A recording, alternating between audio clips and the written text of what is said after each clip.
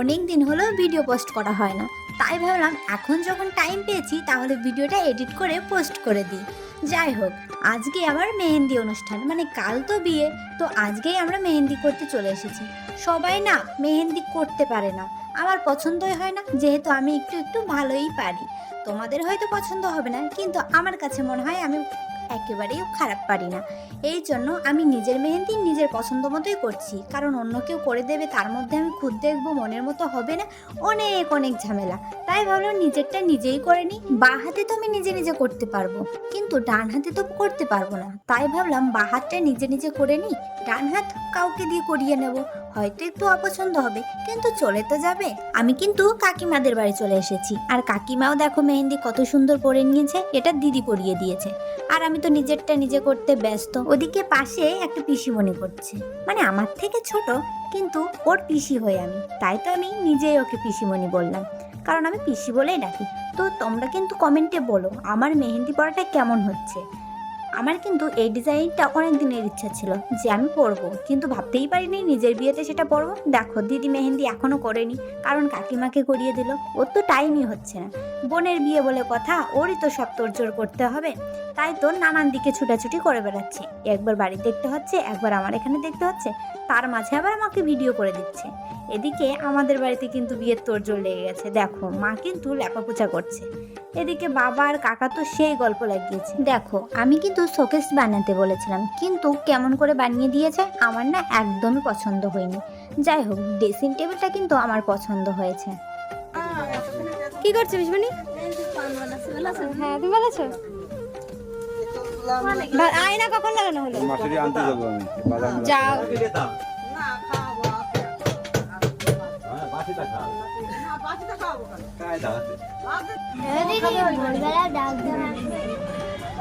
Madam একটু তাকান তো দেই।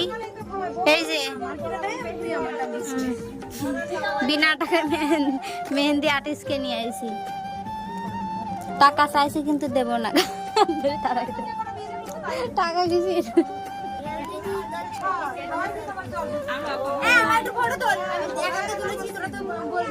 দেখি কেমন করে করেছে হাত পাত।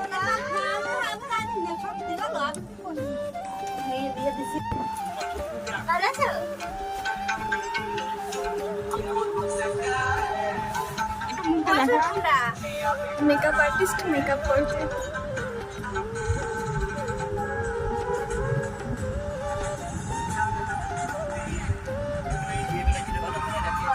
দিনের বেলায় নেওয়া শুরু করেছি, রাত হয়ে গেছে, এরা একটু পরে আসবে।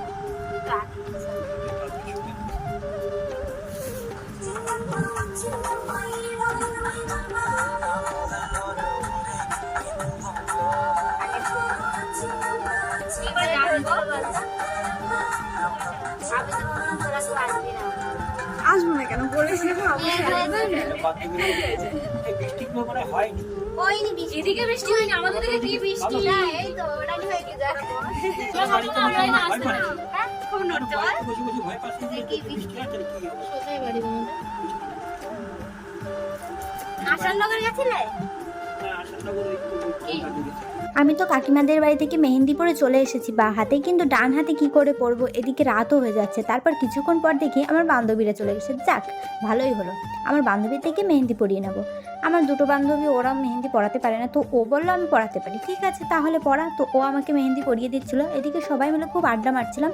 সেগুলো আমি তোমাদের কাছে শেয়ার করলাম না, কারণ গান চলছিল, কপিরাইট আসবে, এই কারণে আমি ওটা কেটে দিলাম সাউন্ডটা। তো আমরা সবাই খুব আড্ডা মারছিলাম আর মজা করছিলাম। এদিকে আমার বাড়িতে কিন্তু রিলেটিভ চলে এসেছে, তো সবাইকে দেখালাম একটুখানি, আর সবাই বাইরে ছিল আর আমি তো মেহেন্দি পড়তে ব্যস্ত। তো ভিডিওটা এই পর্যন্ত, সবাই ভালো থেকো, বাই।